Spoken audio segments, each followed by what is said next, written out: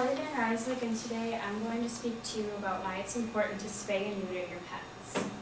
I'm going to start by introducing you to the two most important men in my life. This is Joey. Now, they're both very attractive, and they're both very studly and manly, and I love them. But the other thing they have in common is that they're both shelter animals. They both came to shelter programs. This is Blinken and Nod, and they live at the Calhoun County Humane Society. My mom's the medical director there. My dad's also a vet, and he does a lot of volunteer work there as well. Now, Calhoun County Humane Society is a non-kill shelter. So with that in mind, I'm going to give you a little bit of information on why it's so important to spay and neuter your animal.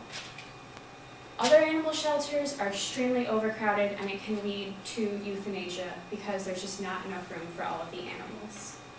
Overpopulation is a huge problem which can easily be solved by spaying and neutering your animals. Other problems are health and behavioral issues can easily be solved by neutering your pet in your own home. A lot of people think, you can't tell me that I need to spay my animal. You cannot tell me that I need to neuter my cat. It's my decision. Well, there are a lot of issues that actually will benefit you and your animal, which we're going to discuss. A lot of people also think, I want to keep my dog intact, I want to breed, I want to sell the puppies, I want to make all this money. A lot of things that you don't think about are most educated dog and cat owners today want papers, they want blood work, they want to make sure that your hips are certified, they want to make sure that it's a good bloodline. And a lot of time people do not think about this, and the animals don't sell well, if they sell at all, and they end up on the street, and the lucky ones end up in the shelters. Well, not everyone is as lucky as Blinken and Nod, and they don't end up in a non-kill shelter. So I'm going to share some statistics with you, because I think a lot of people don't understand exactly how severe it is. 56% of dogs and 71% of cats that come into shelters are euthanized. Every day, 70,000 puppies and kittens are born, and only 10,000 humans. So it's simple math, there just are not enough homes for all these animals. Roughly 6 million animals are euthanized every year. And that's 20,000 are euthanized every day, and roughly that translates into an animal's euthanized every 2 seconds. Every day, 365 days a year.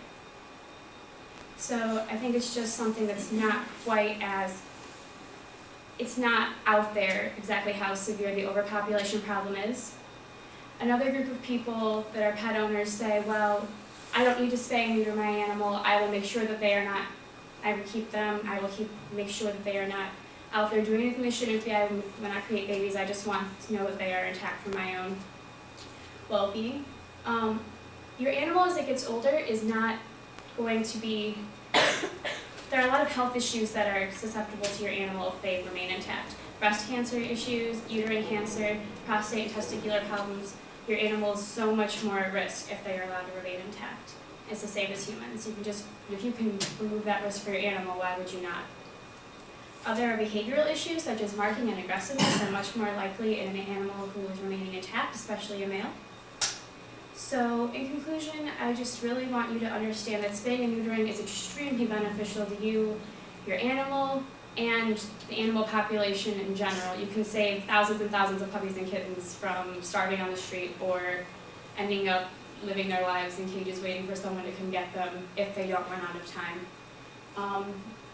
Big thing that you can do also is you can make an appointment at your vet or your local area animal shelter. There are spay and neuter days. There are low-income spay and neuter days. You can also become a shelter pal and help get some of the animals out of the shelters and make room for more animals to come into the shelters. And you should get involved with the shelters such as the Calhoun County Humane Society, because not only are they a no-kill shelter, but they also go on runs about every month and pick up animals from other shelters who are not no-kill shelters. Thank you.